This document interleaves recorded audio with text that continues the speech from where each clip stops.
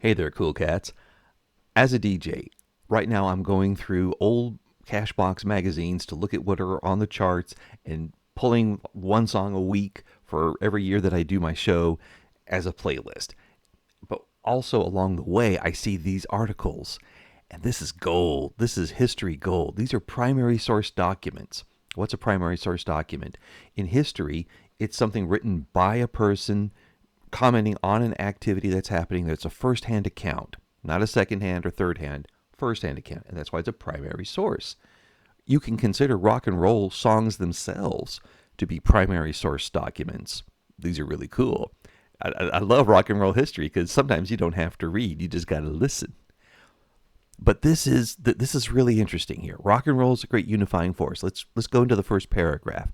It says the overwhelming sensation in the record business this week is the fact that two records which started essentially in the country field have become hits also in the pop and rhythm and blues areas.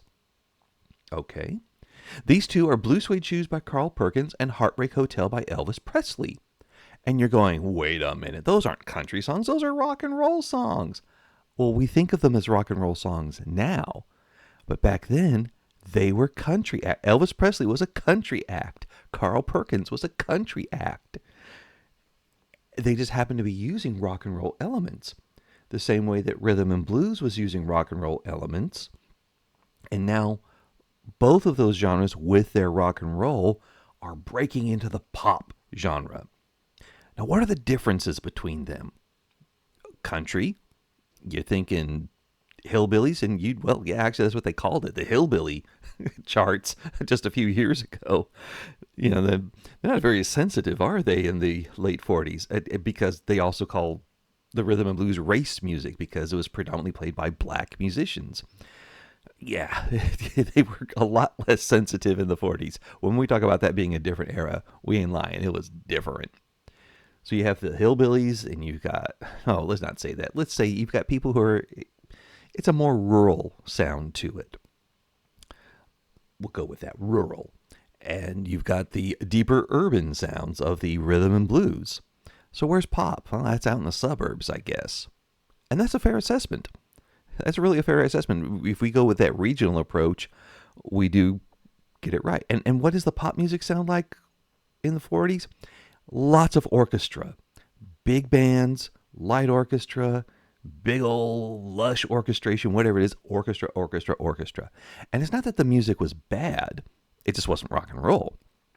I love tons of tunes that have that big orchestration sound in them that are not rock and roll.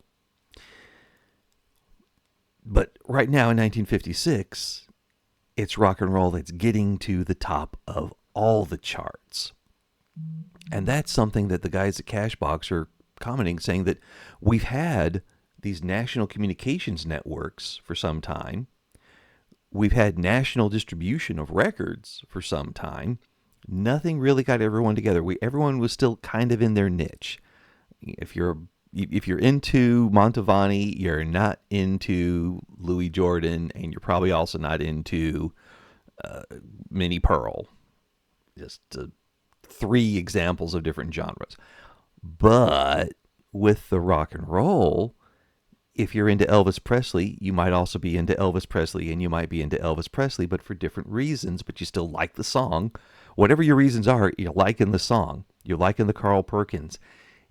These are the crossover hits that they're looking for. And with all this national distribution and national broadcasting, this is finally the genre that really brings everything together. Where you put this one out nationally, everybody's buying it. Everybody's watching it on TV. Everybody's listening to it on the radio. Everybody's punching the number on the jukebox. This is a national sensation. And they go on to say, well, this has got to be really good for the whole music business. It makes it simpler. But two, it's great to have songs that are appealing to a wide audience. This is something that hasn't really happened before, and now it's shaken the world. And I say shaken the world because this is 1956. You count ahead just 8 more years. If you look at March of 1964, you'll see something else shaking the world. And it really will be the entire world that goes nuts over a couple of mop top lads from Liverpool. Yeah, that's right, the Beatles. This is just the beginning. They don't see that. They don't see the future, but they kind of do. They're saying there's more of this to come. This kind of national phenomenon, this bringing together of everything, kids going crazy for the rock and roll. And when we look at music even today, we have all of our genres, but how many of them are emphasizing that backbeat, that syncopated beat on 2 and 4, that rockin' beat? That's rock and roll. And that's with us today. Even in all these other different kinds of music, you still hear it because it is the great unifying force. Physicists, hang up your hats. We got the answer right here. You dig no further. What's going to bring the whole universe together? It's going to be rock and roll, I'm pretty sure. And now physicists are probably making comments going, no, it's not that kind of unifying force and all that. But I'm a crazy DJ. I can think that way, right? I hope this has been interesting for you just to see what kind of things people are thinking about back in these times. And I'll probably do more of these coming up ahead because they really are exciting to do.